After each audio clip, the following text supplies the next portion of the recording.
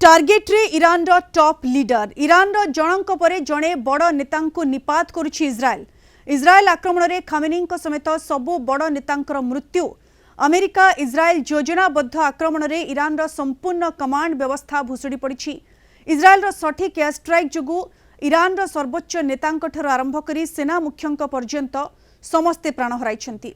February 28 रे Tehran रे होइतिबा आक्रमण रे प्राण हराइले ईरान रो सर्वोच्च नेता आयतुल्ला खामेनी। यह थिला ईरान पई सबुठारु बड़ धक्का। सेपरि युद्ध प्रथम दिन रे ही प्रतिरक्षा मंत्री अजीज नासिरजादे मृत्यु होइतिला। नुआ प्रतिरक्षा मंत्री मजीद इब्न अल रेजांग को मध्य मार्च 3 रे हत्या करिथिला इजराइल। आश्चर्यजनक भावे मंत्री हेबार मात्र गोटिए दिन परे तांको हत्या करा जायतिला। सेना मुख्य अब्दुल रहीम मुसावी मार्च प्रथम सप्ताह रे होइतिबा आक्रमण रे निहत होइतिले। ईरान रो जातीय सुरक्षा परिषद सचिव अली लारिजानी मार्च 17 तारिख राति रे होइतिबा आक्रमण रे मृत्युवरण करथिले। खामेनीଙ୍କ परे तांको ईरान रो अघोषित नेता बोली कहा जाउथिला। गोइंदा मुख्य इस्माइल खतीब मार्च 18 तारिख अर्थात आजी तांकर मृत्यु खबर इजराइल प्रतिरक्षा मंत्री निश्चित करिसेंती। ए पर्यंत प्राय 48 जन शीर्ष स्तरीय ईरानी नेता और कमांडर को शेष कर सारिथिबा इजराइल दाबी करिछि। बड़ धरणर नेतृत्व हानि जोगु ईरान एबे दिगहरा। ईरान पक्षरु किछि मिसाइल माड़ हेउथिले भी सेना को निर्देश देबा पई कोनोसी बड़ नेता जीवित नहांती। इस संपर्क में अधिक विस्तृत भाव में आलोचना करबा सीधासलख आम सहित जोड़ी होइछन्ती प्रतिरक्षा विशेषज्ञ group captain Sanjeev Mahapatra. Group captain Mahapatra स्वागत करुछि आपनकु 8 PM को। ईरान रो जनक परे जणे टॉप लीडर को सफा करुछन्ती अमेरिका इजराइल। वर्तमान गोइंदा मुख्य को आज निहत करा जायछि। ये जे भली पबरे टार्गेट रे जणे परे जणे टॉप लीडर ईरान रो रहिछन्ती तांको निहत करा जाउछि, तांको हत्या करा जाउछि। ये ईरान को नेतृत्व शून्य करबा उद्देश्य कि अमेरिका एवं इजराइल। ग्रुप कैप्टेन महापात्र देखो युद्ध रे उचित अनुचित आमे माने कमेंटेटर हिसाब रे कोन बा कहि परिबा। युद्ध रे तो सब किछि उचित एवं सब किछि अनुचित। युद्ध इटसेल्फ होछि गोटे इराशनल गोटे अजौक्तिक एवं गोटे समग्र मानव समाज ऊपर एटा गोटे कलंक भलिया। किंतु जहां एनीवे ता विषय रे हमें गोटे दार्शनिक डिस्कशन फिलोसॉफिकल डिस्कशन करी किछि लाभ नहीं। ग्रुप कैप्टेन महापात्र उचित अनुचित कथा पडिनी, उद्देश्य कथा पडिछि। उद्देश्य नेतृत्व शून्य करबा ईरान को तार उद्देश्य से कि सॉरी मु सुनी पारली। हां उद्देश्य निश्चित भाव नेतृत्व शून्य करबा। देखंतु जो भली भाव रे इस्राएल एवं अमेरिका युद्ध आरंभ करथिले इस्राएल रो प्रथम रो जो ऑब्जेक्टिव सेटा बहुत क्लियर थला। बरं अमेरिका रो निजर ऑब्जेक्टिव विषय रे टिके होत संदेह रही पारे बा टिके कंफ्यूजन थाई पारे। किंतु इस्राएल संपूर्ण भाव रे तार ऑब्जेक्टिव मिलिटरी ऑब्जेक्टिव और पॉलिटिकल ऑब्जेक्टिव में इस्राएल वाज वेरी क्लियर। एके इस्राएल रो जे एक्जिस्टिंग नेता अछंती अली खामेनी तांकु संपूर्ण भाव ध्वंस करिबा। आईआरजीसी रो कमांड और कंट्रोल सेंटर को संपूर्ण भाव रे नष्ट करिबा। तांकर टॉप कमांडर को बोमा माध्यम रे निहत करिबा एवं परवर्ती काल रे जे भी खमेनी हेबे बा धर्म सुप्रीम लीडर हेबे धार्मिक सुप्रीम लीडर तांको मध्य मारिबा। तेणु इस्राएल से दिगरे तार ऑब्जेक्टिव पूर्ण करबा दिगरे परफेक्टली ऑन टार्गेट ओनली। तेणु आमे देखिले प्रथम 36 घंटा भितरे अली खामेनी एवं आईआरजीसी रो गोटे टॉप कमांडर को बड़ ग्रुप माने मृत्युवरण कले। वर्तमान आम पाखरे गोटिक पर गोटिए खबर आसीबार लागिछि। खबर कोन आपण जेंति कहिले तांकर डिफेंस जे चितले अली लारजानी को एकता कहा जाउथला जे सी होय तो खामेनी को सक्सीड करि पारंती। किंतु ता न होई करी से माने खामेनी कर पुओ मुस्ताफा खामेनी को सुप्रीम लीडर नियुक्त कले। आ देखंतु ये भी विडंबनार विषय जे मुस्ताफा खामेनी महापात्र आज जो भली भाबरे तांकर गोइंदा मुख्यं को निहत करिथिबा खबर आसुछि एवं एयर स्ट्राइक करी तांको इजराइल निहत करिछि, तांको हत्या करिछि। सी भी बेस शक्तिशाली नेता मुस्तफा खामेनींकर बेस खास बोली कहा जाउछि।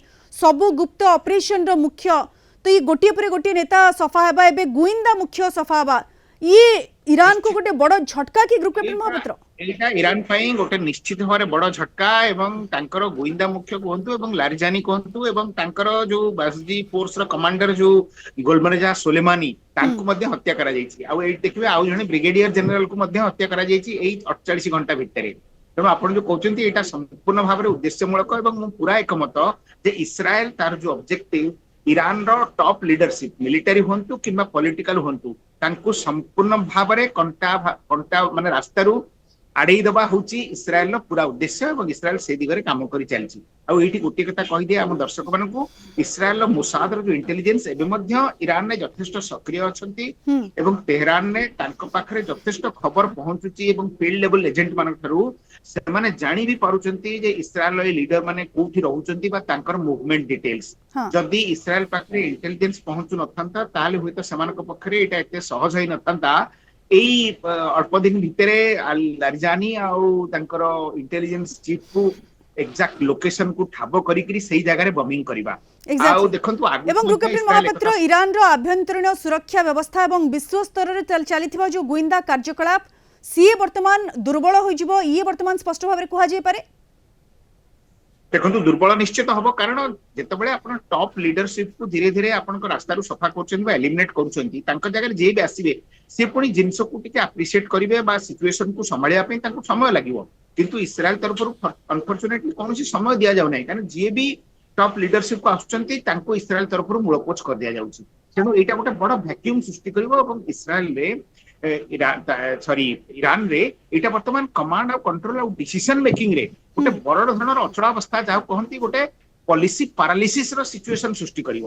ସେଠାରେ ଡିସିସନ ମେକର ଯୋଉମାନେ ହେବେ ଯେହେତୁ ତାଙ୍କର ଅନୁଭୂତି ରହିବ ନାହିଁ ବା ନୂଆ ଲୋକ ସଦାବେଳେ ହଉଥିବେ, ତେଣୁ ଓଭରଅଲ ଅର୍ଗାନାଇଜେସନ ଯୋଉ ଏଫେକ୍ଟିଭନେସ ସେଇଟା ବହୁତ କମିଯିବ ଏବଂ ଇଣ୍ଟେଲିଜେନ୍ସ କୁ ଯଦି ଡିଗ୍ରେଡ କରିଦିଆଯାଏ କୌଣସି ଦେଶର ତାହେଲେ ଆପଣ ଅନୁମାନ କରିବେ ସେ ଦେଶର ମିଲିଟାରୀ ଏଫେକ୍ଟିଭନେସ ମଧ୍ୟ ବହୁତ ମାତ୍ରାରେ କମିଯାଏ। ତେଣୁ ଏଇଟା ଯୋଉ বড় ଆମେ কথা হচ্ছে ଦେଖୁଛେ গ্রুপ ଏଇଟା ক্যাপ্টেন ନିଶ୍ଚିତ মহাপাত্র এবে ইরান জোরদার আক্রমণ করুছি মিসাইল মাড় মধ্য করুছি কিন্তু সবুঠু বড় কথা যেমতি আমি আলোচনা করুছি যে শীর্ষ স্তরর নেতৃত্ব জনে পরে জনে নিপাত হেবা কমান্ডর স্তরীয় নেতা নিপাত হেবা এবে সেনাকু নির্দেশ দেব কি ই সবুঠু বড় প্রশ্নবাচী নুহে কি গ্রুপ ক্যাপ্টেন মহাপাত্র? এটা ସବୁଠୁ ବଡ ପ୍ରଶ୍ନବାଚୀ। ଆକ୍ଚୁଆଲି କଣ ହେଇଛି ସିଚୁଏସନ ନା ସେଠି ବର୍ତ୍ତମାନ ଆଇଆରଜିସି କୁ 31ଟା ବା 30ଟା ୟୁନିଟ ରେ ବିଭକ୍ତ କରିଦିଆଯାଇଛି ଏବଂ ଆଇଆରଜିସି ର କମାଣ୍ଡର ମାନେ ପୂର୍ବରୁ ଯୋଉ ନିର୍ଦ୍ଦେଶ ଦିଆଯାଇଥିଲା ସେଇ ଅନୁସାରେ କାମ କରୁଛନ୍ତି। ତେଣୁ ବର୍ତ୍ତମାନ ସୁଦ୍ଧା ଆମେ ଯୋଉ ଦେଖୁଛେ ଯେ ଭିନ୍ନ ଭିନ୍ନ ଜାଗାକୁ ଇରାନ ତରଫରୁ ଯୋଉ କ୍ଷେପଣାସ୍ତ୍ର ଏବଂ ଡ୍ରୋନ ସବୁ ପଠାଯାଉଛି ସେଟା ଭିନ୍ନ ଭିନ୍ନ ଫିଲ୍ଡ ଲେଭେଲ ର କମାଣ୍ଡର ମାନଙ୍କର ଡିସିସନ। ଆକ୍ଚୁଆଲି ବର୍ତ୍ତମାନ କହିବାକୁ ଗଲେ ଇରାନର ଯୋଉ ସେଣ୍ଟ୍ରାଲାଇଜଡ କମାଣ୍ଡ ଏବଂ କଣ୍ଟ୍ରୋଲ ଷ୍ଟ୍ରକ୍ଚର ପୁରା ଦୋଦୁଲ୍ୟମାନ ଅବସ୍ଥାରେ ରହିଛି। ବର୍ତ୍ତମାନ ସମହାଓ ତାଙ୍କର ଯୋଉ ପ୍ରେସିଡେନ୍ସିଆଲ କାଉନସିଲରେ ଯେ ପେଜେସ୍କିଆନ ଅଛନ୍ତି ଆଉ ତାଙ୍କର ସୁପ୍ରିମକୋର୍ଟର ଯିଏ ତାଙ୍କର ପୂର୍ବରୁ ଜଷ୍ଟିସ ଥିଲେ, ଏଇ ଯୋଉ 3 ଜଣିଆ କାଉନସିଲ ସେମାନେ ବର୍ତ୍ତମାନ ଜେସେ ତେସେ ମାନେ somehow or the other they are trying to control the political activities of the nation. କିନ୍ତୁ ବର୍ତ୍ତମାନ ଯଦି ଆପଣ ଦେଖିବେ ଇରାନର ଯୋଉ ସାମରିକ ଆକ୍ଟିଭିଟି ସମ୍ପୂର୍ଣ୍ଣ ଦେଶ ସାରା ସେଟା ଡିସେଣ୍ଟ୍ରାଲାଇଜଡ ଅବସ୍ଥାରେ ଅଛି ଏବଂ ଇରାନ ତରଫରୁ ଯୋଉ ବି କ୍ଷେପଣାସ୍ତ୍ର ଏବଂ ଯୋଉ ବି ଡ୍ରୋନ ସବୁ ୟୁଏଇ, କତାର, ବାହାରିନ, ଦୋହା ଅନ୍ୟ ଜାଗାକୁ ପଠାଯାଉଛି ସେ ସବୁ ଏଇ ଫିଲ୍ଡ ଲେଭେଲ କମାଣ୍ଡର ମାନଙ୍କର ଡିସିସନ। ତେଣୁ ଏଭଳି କ୍ଷେତ୍ରରେ ମୁଁ ଭାବୁନି ବ୍ୟକ୍ତିଗତ ଭାବରେ ଯେ গ্রুপ ଇରାନ ক্যাপ্টেন ଆଉ মহাপাত্র ଅଧିକ তাঙ্কর ସମୟ সামরিক କାରଣ ସେଇ ব্যবস্থাକୁ সেমিতি হি করা যাইছি কি যে কোনসি শীর্ষ নেতৃত্বଙ୍କ কমান্ড বিনা বি এভଳି ভাবে আক্রমণ হোই পারিবো?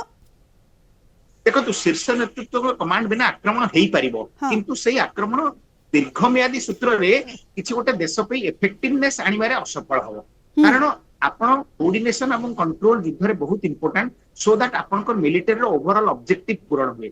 ଏଠି କଣ ହେଇଛି ନା ଯେହେତୁ ଏଇ ଆଇଆରଜିସି ର କମାଣ୍ଡର ମାନେ ଦେଶର ବିଭିନ୍ନ ଜୋଗ୍ରାଫିକ ଲୋକେସନରେ ଅଛନ୍ତି ଏବଂ ସେମାନେ ତାଙ୍କ ଇଚ୍ଛା ଅନୁସାରେ ବିଭିନ୍ନ ଟାର୍ଗେଟକୁ ବାଛିକିରି ଆକ୍ରମଣ କରୁଛନ୍ତି, ସେଥିରେ ଇରାନ ଗୋଟେ ଭୟର ବାତାବରଣ ସୃଷ୍ଟି କରିପାରିଛି ସତ, କିନ୍ତୁ ଯୁଦ୍ଧରେ କୌଣସି ପ୍ରକାର ନିର୍ଣ୍ଣାୟକ ବିଜୟ ବା ଯୁଦ୍ଧରେ କୌଣସି ଗୋଟେ ସେମିତି ବଡ ଧରଣର ସଫଳତା ପାଇବା ୟା ଫଳରେ ବେଶୀ କଷ୍ଟ ହେଇଯିବ। এবং গ্রুপ ক্যাপ্টেন মহাপাত্র ইয়ে কোটি না কোটি বড় প্রেশর বি বিল্ড আপ করিবনি কি যেতেবেলে আপনার গোটিয়ে পরে গোটিয়ে শেষ শীর্ষ নেতৃত্ব সেমানে নিহত হচ্ছন্তি আপনার जो माने कमांड शीर्ष स्तर जो माने कमांड दबा लोक सेमाने जेतेबेले जनक पर जने निपात होचंती ये कोठी ना कोठी गोटे प्रेशर भी बिल्ड अप करिवो ना नहीं? एग्जैक्टली एटा निश्चित भाव प्रेशर बिल्ड अप करिवो ଲୋକମାନଙ୍କ ପାଇଁ ବିଦ୍ରୋହ କରିବାକୁ। ଏପରିକି ଦେଖନ୍ତୁ ଦେଶରେ ତାଙ୍କ ଦେଶରେ ମଧ୍ୟ ସେଇ ପାର୍ଟି ଭିତରେ ଏପରି ଅନେକ ଅସନ୍ତୁଷ୍ଟ ଥିବେ ଯୋଉମାନେ କି ଖାମେନେଇଙ୍କୁ ପସନ୍ଦ କରୁନଥିଲେ। ବର୍ତ୍ତମାନ ଯେତେବେଳେ ତାଙ୍କର ଗୋଟିକ ପରେ ଗୋଟିଏ ଉତ୍ତରାଧିକାରୀଙ୍କୁ ଇସ୍ରାଏଲ ଏଭଳି ଜମପୁରକୁ ପଠାଉଛି, ତେଣୁ ବର୍ତ୍ତମାନ ଯିଏ ନୂଆ ନେତା ଆସୁଛନ୍ତି ଏଇ ଯୋଉ ବିଦ୍ରୋହୀ ମାନଙ୍କର ସ୍ୱର ଧୀରେ ଧୀରେ ଅଧିକରୁ ଅଧିକ ତୀବ୍ର ହବାର ବହୁତ ସମ୍ଭାବନା ରହିଛି ଏବଂ ୟା ମଧ୍ୟ ହେଇପାରେ ଯୋଉ ଗୋଷ୍ଠୀ ବା ଯୋଉ ଗ୍ରୁପର ଅଫିସର ମାନେ ଥିବେ ବା ପଲିଟିକାଲ ଲିଡର ଥିବେ ଯୋଉମାନଙ୍କର ପୂର୍ବ ରିଜିମ ପ୍ରତି ଲୟାଲିଟି କମି ଯାଇଥିବ ସେମାନେ ବର୍ତ୍ତମାନ ମୁଣ୍ଡ ଟେକିବା ଆରମ୍ଭ କରିବେ ଏବଂ ସେମାନଙ୍କ ଦ୍ୱାରା ଏଇ ଏକ୍ଜିଷ୍ଟିଂ ରିଜିମକୁ ହୁଏତ ଟପଲ ମଧ୍ୟ କରାଯାଇପାରେ। କିନ୍ତୁ ଏତିକି କଥା ଆମ ପାଖରେ ହୁଏତ ବର୍ତ୍ତମାନ ଅବସ୍ଥାରେ ସଫିସିଏଣ୍ଟ ତଥ୍ୟ କିମ୍ବା ଡାଟା ନାହିଁ ଯେ ଇରାନର ବର୍ତ୍ତମାନ ଯୋଉ ଅଲ୍ଟରନେଟ ଲିଡରସିପ ପାଖରେ କେତେ ପଲିଟିକାଲ ମାଇଲେଜ ଅଛି ବା ସେମାନଙ୍କର କୋଉ ପ୍ରକାର ସମର୍ଥନ ରହିଛି ଜନସାଧାରଣଙ୍କଠୁ ସେ ବିଷୟରେ ଆମେ ଭଲ ଭାବରେ ଜାଣିନେ।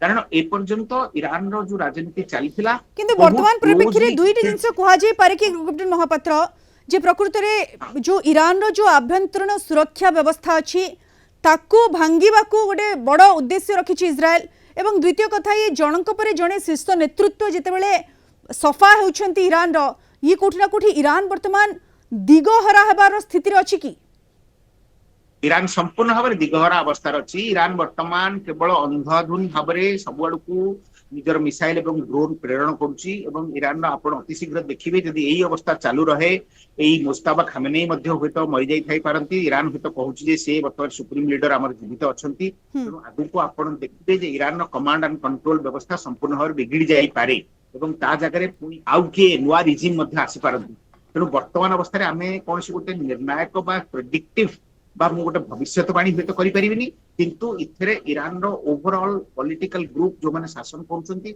दे आर अंडर सिवियर स्ट्रेस जदिओ से दंभक्ति वर्तमान करुछंती तेजस्वियान होंतु बा तांकर फॉरेन मिनिस्टर होंतु एग्जैक्टली ग्रुप कैप्टन महापात्र सबुठु बड़ कथा ये जनक पर जने शेष नेतृत्व को सफा करबा सत्वे दिगहरा हेबा सत्वे ईरान प्रतिश्रुतिबद्ध जे सी प्रतिशोध नब एवं प्रतिशोध नेबा पई घन घन मिसाइल माड़ा मध्य करुछि सीज फायर करबा पई वर्तमान पूरापूरी अराजी हो जाइछि ईरान एवं एकथा मध्य कहूछि जे युद्ध बंद न हेबा जाय हॉर्मुज को खोला जिवो नाही ये आगो को कोन हेबो ग्रुप कैप्टन महापात्र कोन आशंका रहिछि देखो आपण जितेबाला निजकू आत्महत्या करने निष्पत्ति नहीं सारी जे मोर जहाँ भी क्षति होना कहीं युद्ध जमी हारे ना कहीं मोर समुदाय फैमिली परिवार वर्ग समस्त निहत हूँ ना कहीं मो देशर समस्त लीडरशिप को इस्राएल मारी दौना कहीं शेष पर्यंत युद्ध करी जदि आपणकर यही गोटे आभिमुख्य रुद्ध प्रति ताले आपण निजे मरिया पर्यंत युद्ध कर चली शेष में आपंकर अंत हम आपड़ हूँ शत्रु क्षति करेंगे किंतु से आपको निजर प्राण दबा पड़े वर्तमान ईरान जो लीडरशिप वर्तमान संपूर्ण भाव में गोटे इगो बा निजर अहं भाव द्वारा चालित और से कौन परिस्थिति एपरिक मृत्यु हेले मोर कहबार कथा वर्तमान अवस्था से वर्तमान जो बंची से लाइफ को भैल्यू नहीं से कहते आम देश प्रति जदि युद्ध करके प्राण देलु ताले शहादत आम माटी रहलु तेणु आपण जदि निजको शहीद हवाई मानसिकता मन भाव पोषण कर सारी आपको कौन प्रकार डरबार ना जहाँ भी क्षति हेले भी आप विचलित हबार ना तेणु ईरान वर्तमान समुदाय सामरिक नेतृत्व और पॉलिटिकल नेतृत्व वर्तमान यही गोटे मानसिकतार उद्बुद्ध से बिल्कुल ईरान प्रतिशोध नेउछि घन घन मिसाइल माड़ करुछि किंतु जो भाव तार जणे पर जणे टॉप लीडर सेमाने सफा होउछंती ये वर्तमान सबुठु बड़ प्रश्नवाची सृष्टि करिछि जे तांकर जो सामरिक कार्यानुष्ठान चली सेमानंकु निर्देश देबो किए कमांड देबो किए एवं इजराइल रो जहा उद्देश्य रहिछि नेतृत्व शून्य करबा ईरान को ताहा ही उद्देश्य रहिछि सेति पई प्रथमे खामेनेई को हत्या करा गला तापरे लारिजानी और एबे गोइंदा मुख्य को हत्या करा जाइछि एभली भाबरे 48 जण टॉप लीडर को हत्या करि सारिलानी इजराइल ईरान वर्तमान दिगहरा अवस्था अच्छी बहुत बहुत धन्यवाद ग्रुप कैप्टन महापात्र विस्तृत भाव में आम सहित आलोचन सामिल होइथिबारु।